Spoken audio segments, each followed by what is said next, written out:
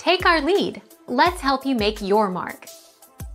Our goal is your satisfaction. Let us show you the way. 1 layer of chips and toppings is good. A double layer is better. For maximum crunchy to gooey texture, start with a layer of chips that completely covers the bottom of your tray. Then, slather it with any toppings that need to be hot and/or melted, like beans, shredded meat, and cheese.